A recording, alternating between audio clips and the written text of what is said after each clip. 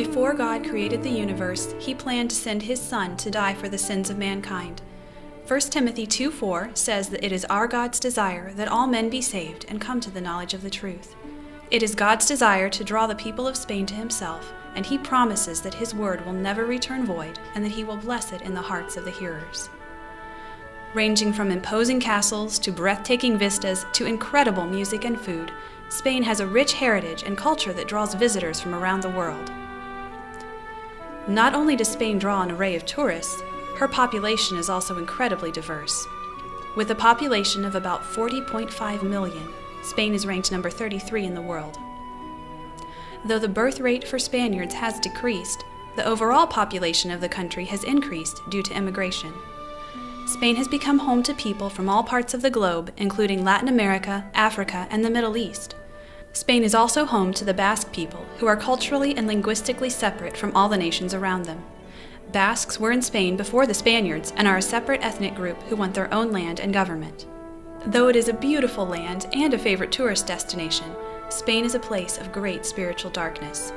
Spain has long been a Catholic nation, and the majority of her people are still enslaved by the traditions of the Catholic Church. Even if they rarely attend a service, most are afraid to convert to another religion because of cultural and family expectations to remain Catholic. The younger generation, however, is becoming increasingly agnostic, wanting nothing to do with God or any religion. And, as is the rest of Europe, Spain is home to a rapidly growing Muslim population, which also walks in great spiritual darkness. Into this land, God has called missionaries who have spent their lives faithfully sharing his word. I grew up hearing about many of them and am privileged to be called to join them. When God calls his child to a task, he uniquely fits them for it. Looking back, I can see how God has prepared me for the work he has chosen for me.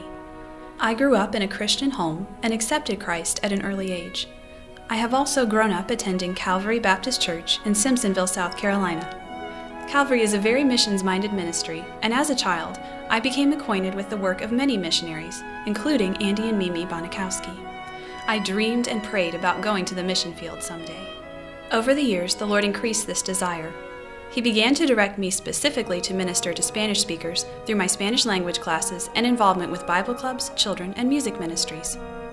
The Lord used his word, the desires of my heart, and a providential meeting with Karen Wilkins to put me in Spain in the summer of 2009. During the month I spent there with Andy and Mimi Bonikowski and Randy and Karen Wilkins, God deepened my desire to minister in Spain, and over this past year he has made it clear that it is his desire for me to return. There are so many ministries and people that I am eager to return to. Some of these are helping with music at the Bonikowski's church in the city of Beasain by playing piano, organizing specials, and teaching lessons. I'll also be the primary pianist for the church plant that the Wilkins have started in nearby Tolosa. At the Ayerdi farmhouse, I'll be helping with visiting mission teams from the U.S., various retreats for European missionary kids and church members, and perhaps even a children's ministry. There will also be many opportunities to build relationships and share the gospel with unsaved neighbors. As I prepare to leave for Spain, I will need your prayers. Pray that I will show the love of Christ with my life and will have boldness to speak the word.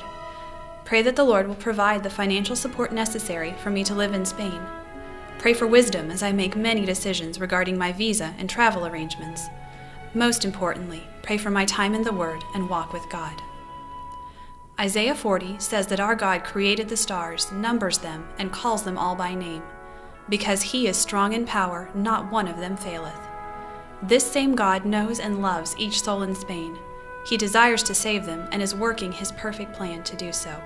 It is a privilege to be a part of this work.